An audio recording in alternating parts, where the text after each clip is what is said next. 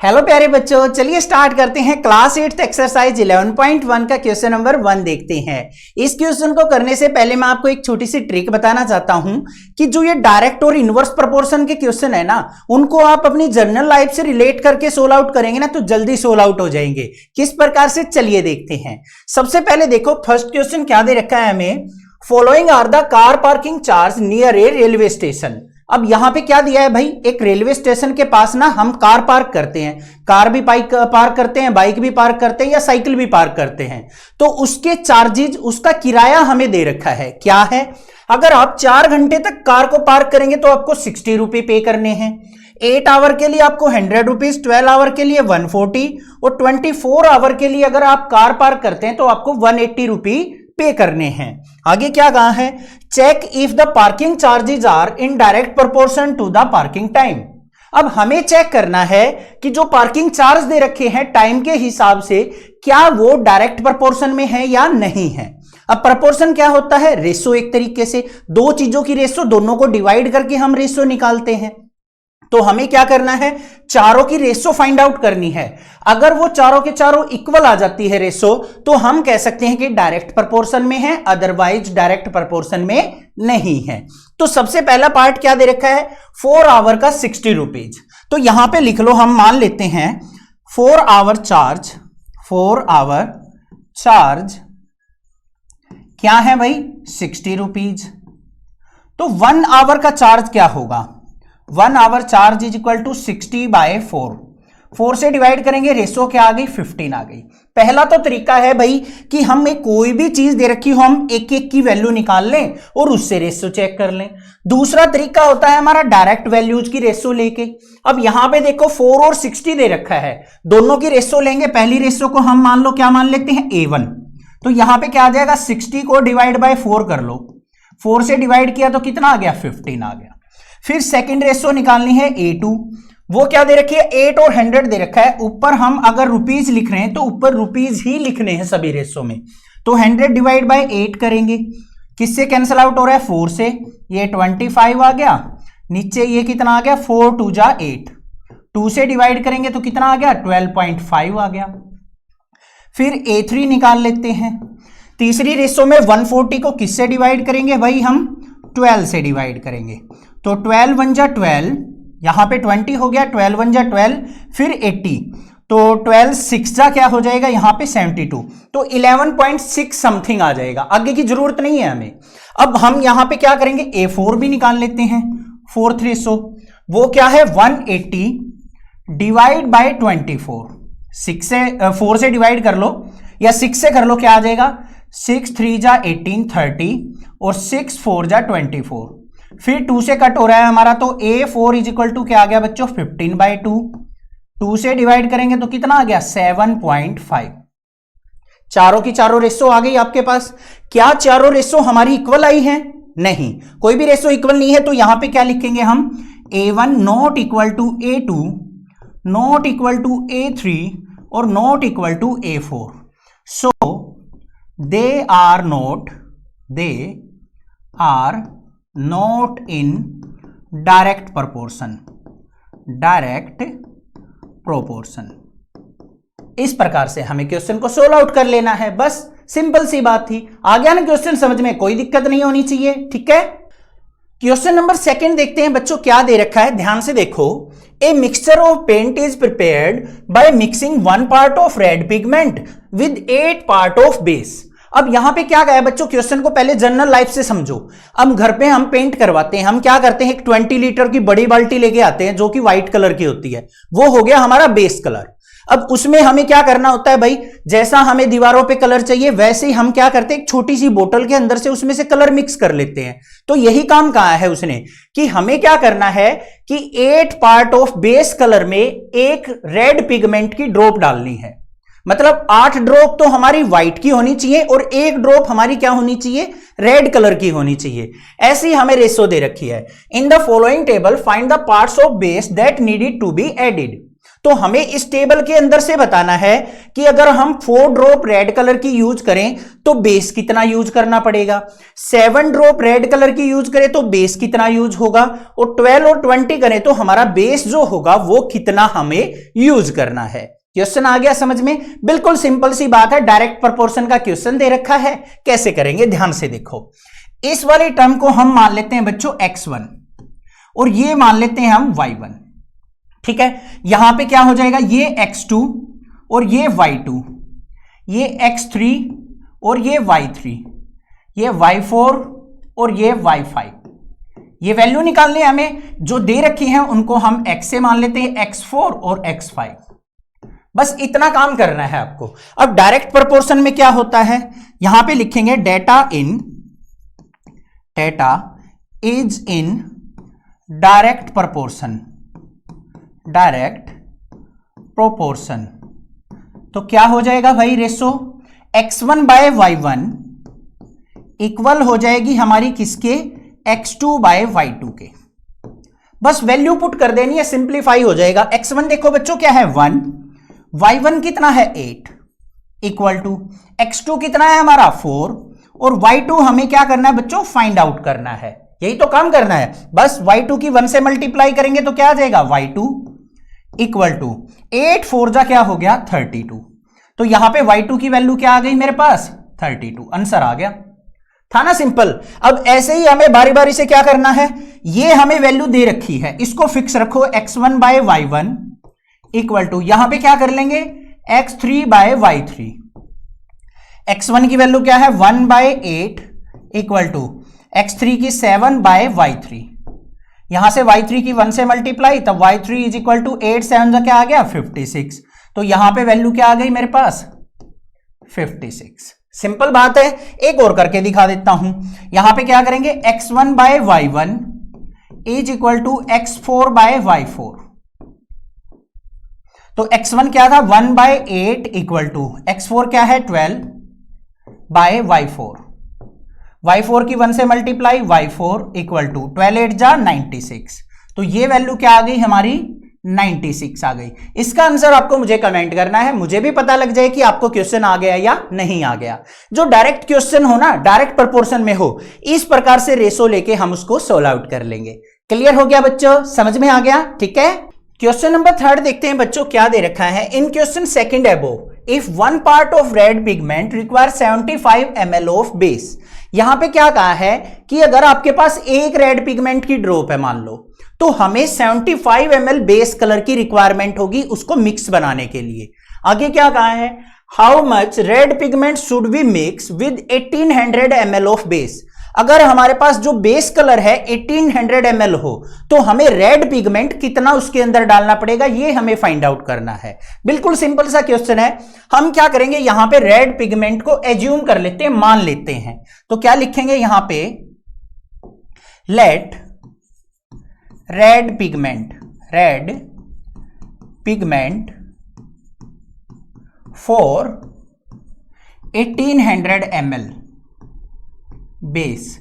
वो हम क्या मान लेते हैं, किसी भी वेरिएबल से मान लो, A B C D X Y Z कुछ भी मान सकते हो। हमने मान लिया कि एक्स जो है रेड पिगमेंट हमें मिक्स करना है 1800 में। अब हमें दे क्या रखा है कि 75 ml में हमारा कितना है 1 पार्ट यूज हो रहा है। तो सबसे पहले देखो यहां पे हम इस तरीके से एक टेबल सी बना लेंगे, रेड पिगमेंट और दूसरी क्या है हमारा बेस, ये दे रखा है। तो एक छोटी सी टेबल बना लो भाई इस प्रकार से। अब ध्यान से देखो, रेड पिगमेंट हमारा एक है, तो हमें बेस कितना चाहिए भाई 75 ml। ऐसा ही तो दे रखा है कि एक रेड पिगमेंट कितने में मिक्स होता है 75 ml में, और हमारा रेड पिगमेंट एक्स कितने में मिक्स होगा 1800 में। बस इनकी डायरेक्ट रेशो लिख दो यहां पे, दे आर, ये लिख देंगे they are in direct proportion.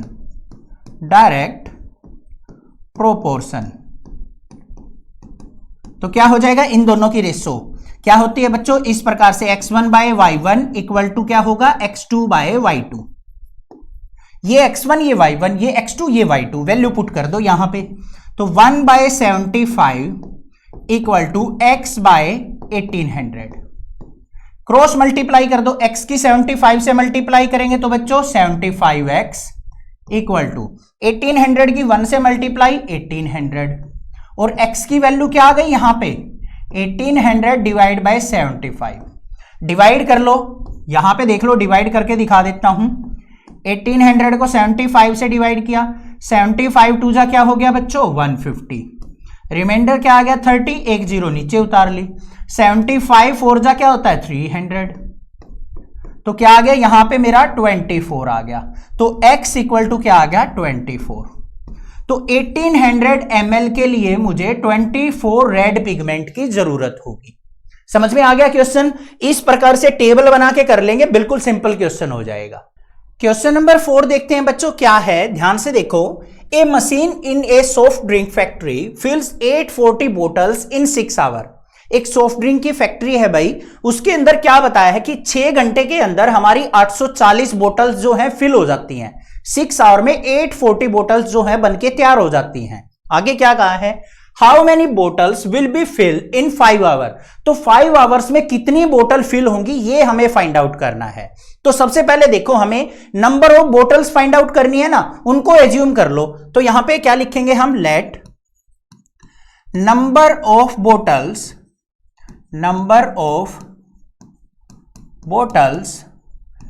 Field in 5 hour, वो मान लिया क्या है x जो है नंबर ऑफ बोटल्स जो है 5 घंटे में 5 आवर में फिल हो जाती हैं। अब यहां पे क्या करेंगे, हम एक छोटी सी टेबल बनाएंगे, बिल्कुल ध्यान से ऐसे ही टेबल बनानी आनी चाहिए बस आपको।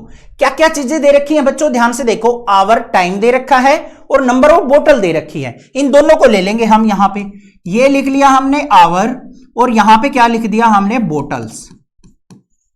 पहली चीज क्या दे रखी है बच्चों, 6 आवर के अंदर 840 बोटल्स फिल करता है। आगे क्या है, 5 आवर्स में कितनी बोतल फिल होंगी, हमने क्या मानना है यहां पे x, बस लिख दी सारी वैल्यूज। तो यहां पे क्या लिखेंगे, बाय डायरेक्ट प्रोपोर्शन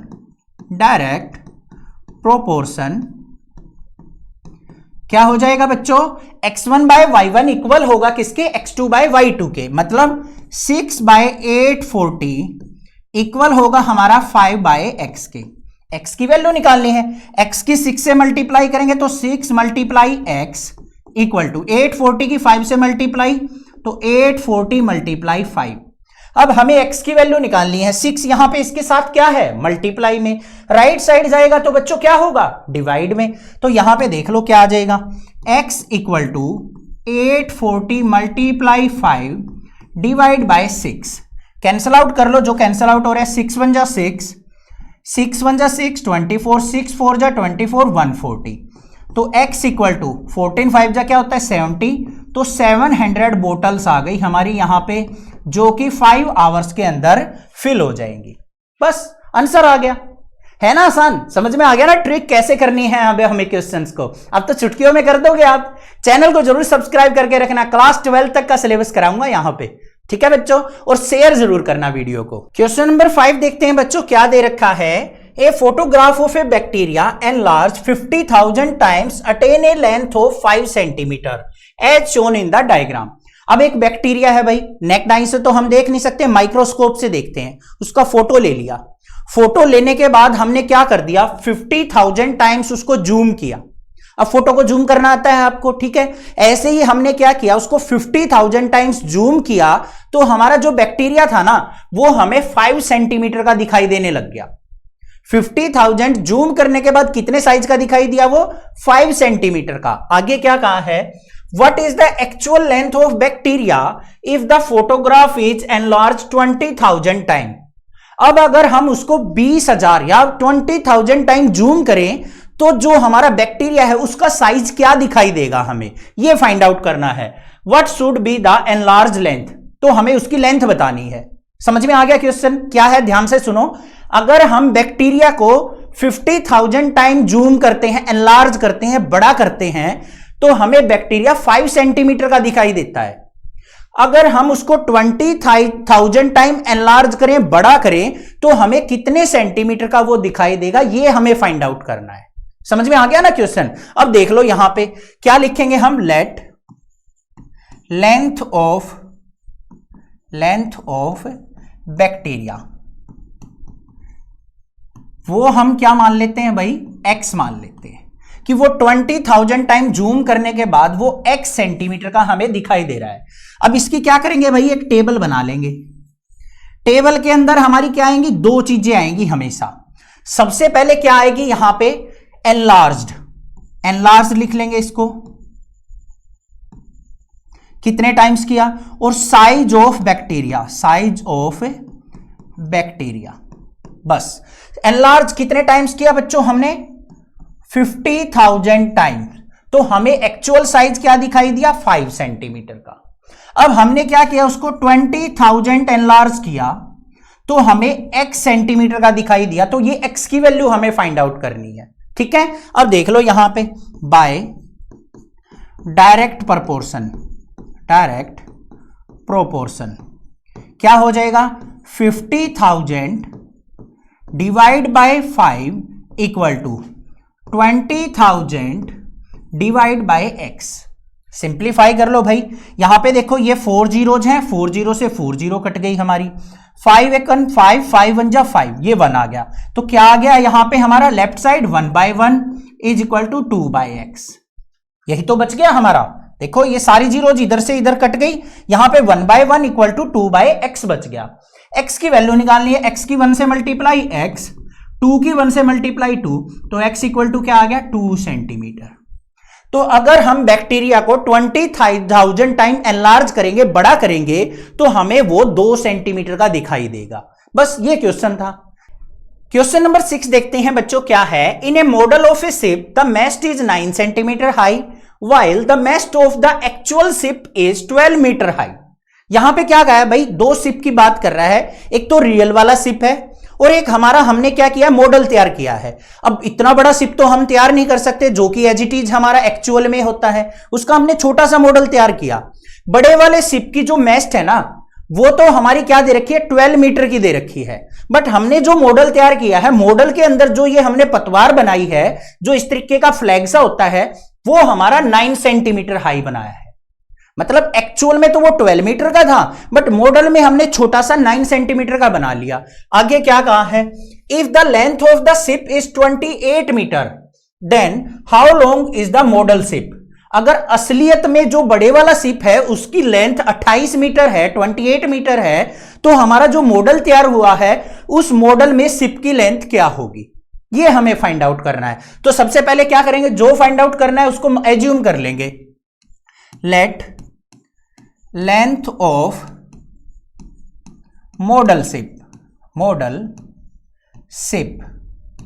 वो हम क्या मान लेते हैं भाई, x सेंटीमीटर, ये एज्यूम कर लिया हमने। अब हम क्या करेंगे, यहां पे एक टेबल बना लेंगे भाई, क्या क्या चीजें दे रखी हैं वो ध्यान से देख लो।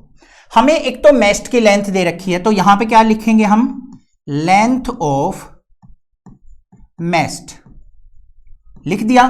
फिर दूसरी क्या है, लेंथ ऑफ शिप, ये दे रखी है। ध्यान से देखो बच्चों, यहां पे क्या दे रखा है हमें, मेस्ट की लेंथ 9 सेंटीमीटर, ये कौन से वाले की है, मॉडल वाले की, तो ये लेंथ ऑफ मेस्ट क्या हो गई, 9 सेंटीमीटर। तो लेंथ ऑफ शिप हमें मॉडल वाले की फाइंड आउट करनी है, वो कितनी माननी है, x। अब लेंथ ऑफ रियल वाले शिप की क्या दे रखी है, मेस्ट की 12 मीटर, और लेंथ ऑफ शिप क्या दे रखी है हमारी, वो दे रखी है हमें 28 मीटर। वैल्यू पुट कर दी, डायरेक्ट प्रोपोर्शन से क्या कर लेंगे, 9/x is equal to 12/28। Simplify कर लो इसको, x की 12 से मल्टीप्लाई करेंगे तो 12 multiply x is equal to 28 की 9 से मल्टीप्लाई, 28 मल्टीप्लाई 9। x की वैल्यू निकाल लो, तो x इज इक्वल टू क्या हो जाएगा, 28 मल्टीप्लाई 9 डिवाइड बाई 12 डिवाइड में आ जाएगा। किससे कैंसिल आउट हो रहा है हमारा, 4 से, 4 3 जा 12, 4 7 जा 28, 3 1 जा 3, 3 3 जा 9, तो 7 3 जा क्या आ गया, x is equal to 21 centimetre.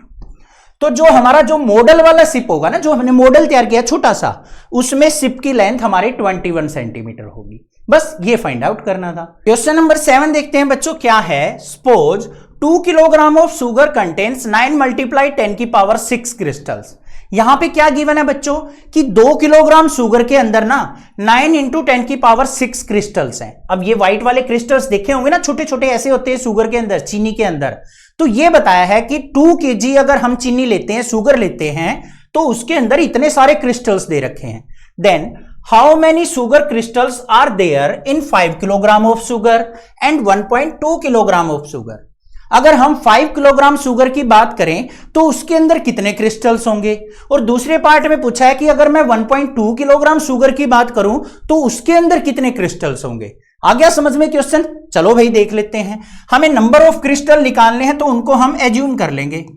Late number of crystals, वो कितने मान लिए हमने? x मान लिए भाई। सबसे पहले फर्स्ट पार्ट को सोल्व आउट करते हैं। क्या बनाएंगे? टेबल बनाएंगे। टेबल के अंदर क्या क्या चीजें ली जाएंगी भाई? 2 चीजें लेंगे। पहली तो एक तो हमें दे रखी है नंबर ऑफ क्रिस्टल, और दूसरी दे रखी है शुगर की क्वांटिटी।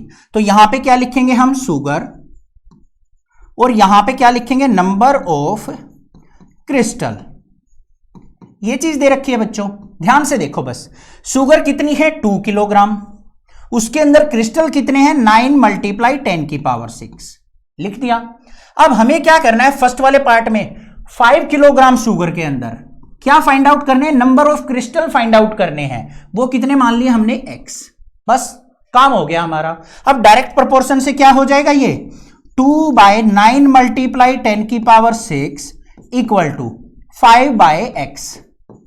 कर लो सिंप्लीफाई। x की 2 से मल्टीप्लाई 2x इक्वल टू 5 की इससे मल्टीप्लाई करेंगे तो क्या हो जाएगा? 9 × 5 = 45 मल्टीप्लाई 10⁶। x की वैल्यू निकालनी है तो x इज इक्वल टू क्या आ जाएगा?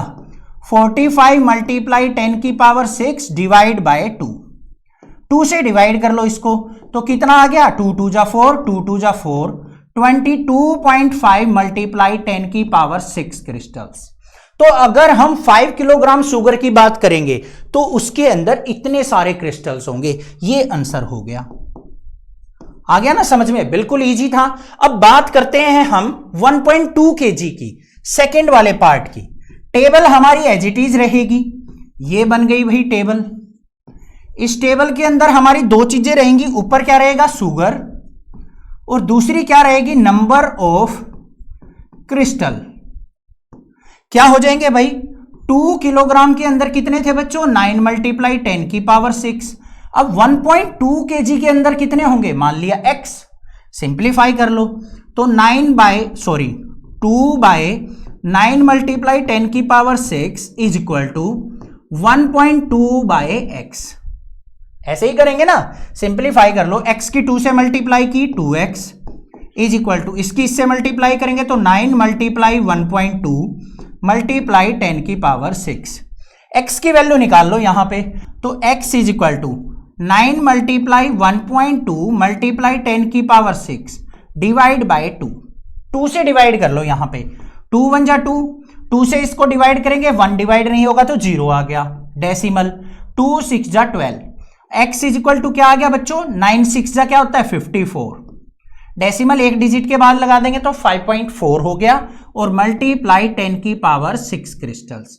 तो हमारे 1.2 kg शुगर के अंदर कितने होंगे? 5.4 × 10⁶ क्रिस्टल्स होंगे। समझ में आ गया क्वेश्चन? चैनल को जरूर सब्सक्राइब करना। क्वेश्चन नंबर 8 देखते हैं बच्चों। क्या कह रखा है? Rashmi has a road map with a scale of 1 centimetre representing 18 kilometre. अब रश्मि ने क्या किया भाई? मान लो इंडिया का मैप बना लिया। उसने क्या देखा कि मैप के अंदर 18 किलोमीटर डिस्टेंस को ना उसने 1 सेंटीमीटर स्केल से मेजर कर रखा है। मतलब समझ में आया? अब पूरा का पूरा इतना बड़ा इंडिया का मैप तो हम पेज पे नहीं बना सकते भाई कि एक्चुअल लेंथ में बना दे कि भाई हम जम्मू कश्मीर से कन्याकुमारी तक 3000 कुछ किलोमीटर है। इतना बड़ा तो हमारे पास पेज नहीं होगा। तो हम क्या करेंगे? वहां पे 18 किलोमीटर डिस्टेंस को उसने 1 सेंटीमीटर से एज्यूम किया है। आगे क्या कहा है? She drives on A road of 72 kilometre. वो एक रोड पे चलती है जो कि 72 किलोमीटर का है। What would be her distance covered in the map? तो मैप में बताना है कि उसने कितना डिस्टेंस कवर किया। समझ में आ गई बात? तो यहां पे क्या लिखेंगे हम? लेट डिस्टेंस कवर्ड कवर्ड, यही तो फाइंड आउट करना है, वो मान लिया हमने क्या है, x है। फिर क्या करेंगे, यहां पे एक टेबल बना लेंगे। टेबल के अंदर हमारी दो चीजें आएंगी, एक तो आएगी भाई एक्चुअल लेंथ, एक्चुअल लेंथ, और फिर क्या आ जाएगी, length in map, length in map. ध्यान से देखो बच्चों, एक्चुअल लेंथ 18 किलोमीटर को उसने रोड पे कितना, मैप पे कितना रिप्रेजेंट किया है, 1 सेंटीमीटर से। अब वो चली कितना है, 72 किलोमीटर, तो मैप में कितना आएगा, x की वैल्यू हमें फाइंड आउट करनी है। समझ में आ गई ना? दोबारा ध्यान से देखो, एक्चुअल लेंथ जो थी 18 किलोमीटर, उसको कितने से रिप्रेजेंट किया है, 1 सेंटीमीटर से। तो 72 किलोमीटर को कितने से रिप्रेजेंट करेगी, वो हमें फाइंड आउट करना है। क्लियर? अब देख लो यहां पे by direct proportion 18/1 is equal to 72/x। यहां पे 18 की x से multiply 18x is equal to 72 की 1 से 72, तो x इज इक्वल टू क्या आ जाएगा यहां पे, 72 डिवाइड बाय 18। तो यहां पे ये किस पे चला जाएगा, 4 पे। 18 1 जा 18, 18 4 जा 72, तो x इज इक्वल टू क्या आ गया, 4 सेंटीमीटर। तो मैप के अंदर वो 4 सेंटीमीटर डिस्टेंस जो है वो कवर करेगी। क्वेश्चन नंबर 9 देखते हैं बच्चों, क्या दे रखा है, ध्यान से समझना, इंपॉर्टेंट क्वेश्चन है। A 5 metre 60 centimetre high vertical pole cast a shadow of 3 metre 20 centimetre long. अब यहां पे क्या कहा है कि 5 metre 60 centimetre high vertical pole है, जो कि 3 मीटर 20 सेंटीमीटर की एक शैडो बनाता है। इस प्रकार से ये मान लिया पोल है और ये इसकी शैडो बन रही है। आगे क्या कहा है, फाइंड द सेम टाइम,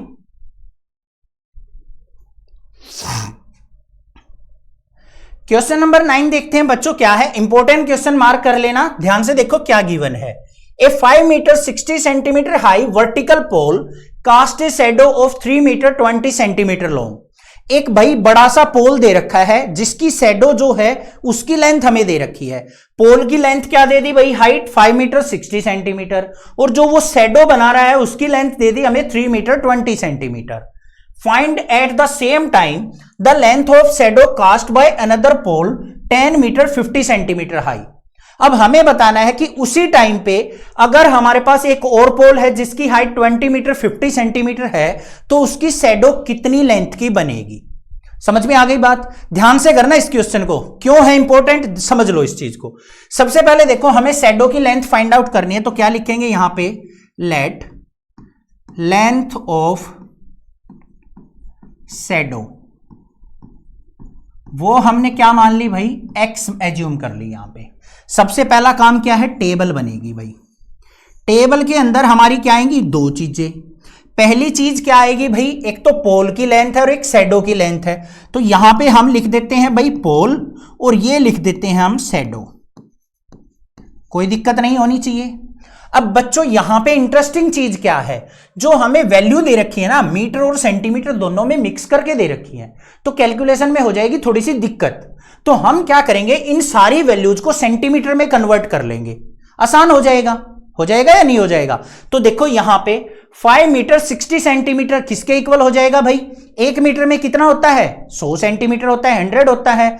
तो यहां पे 60 सेंटीमीटर ये है और 500 ये है, तो टोटल कितनी होगी, 560 सेंटीमीटर। तो ये हमारा पोल की लेंथ है, तो 560 सेंटीमीटर डिवाइड बाय इसकी शैडो कितनी बन रही है, 320 सेंटीमीटर की।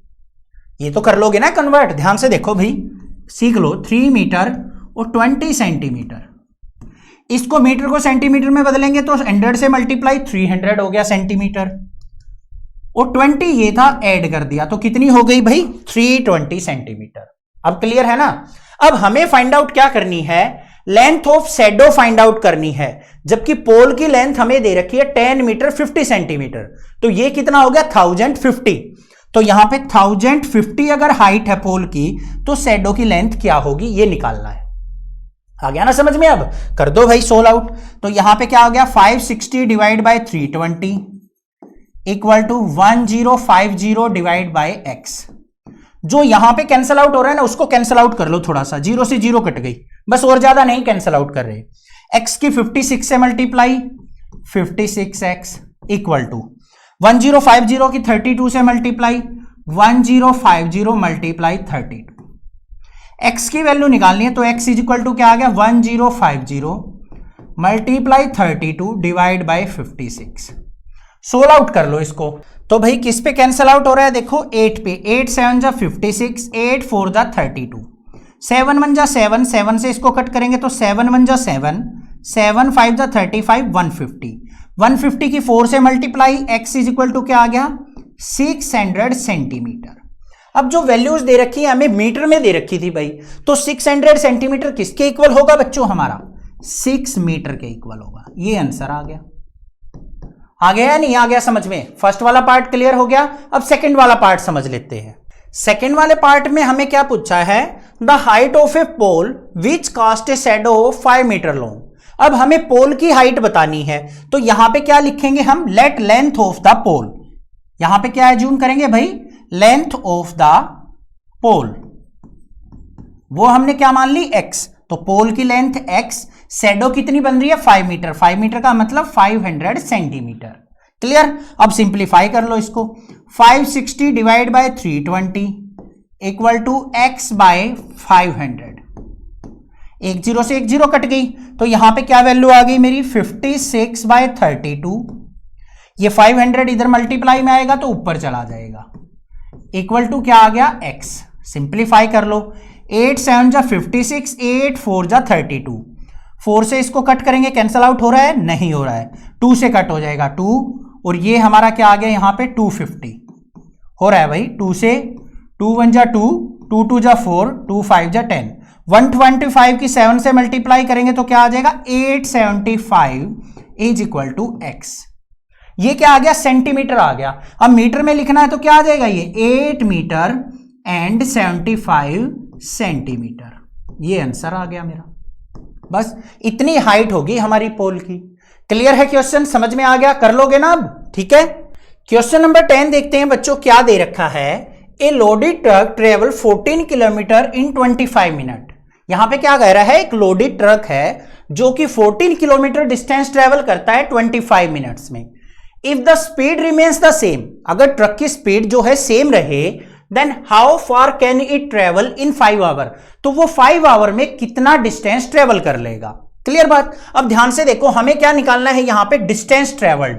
तो लिखेंगे क्या, यहां पे एज्यूम करेंगे let distance travelled, distance travel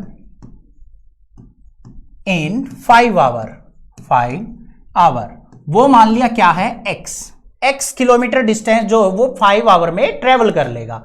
अब यहां पे क्या बनाएंगे, एक टेबल बनाएंगे।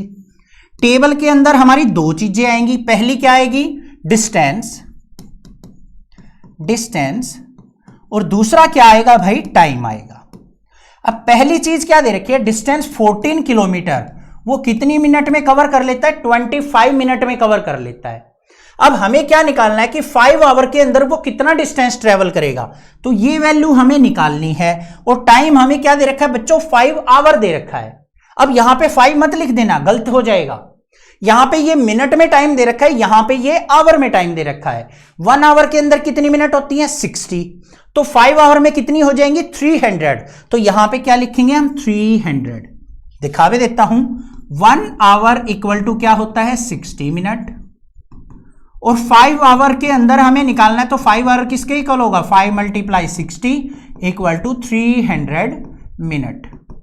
तो इसलिए हमने यहां पे 300 लिया है। अब बाय डायरेक्ट प्रोपोर्शन क्या हो जाएगा, 14 by 25 equal to x by 300। Simplify कर लो इसको, x की 25 से मल्टीप्लाई, 25 मल्टीप्लाई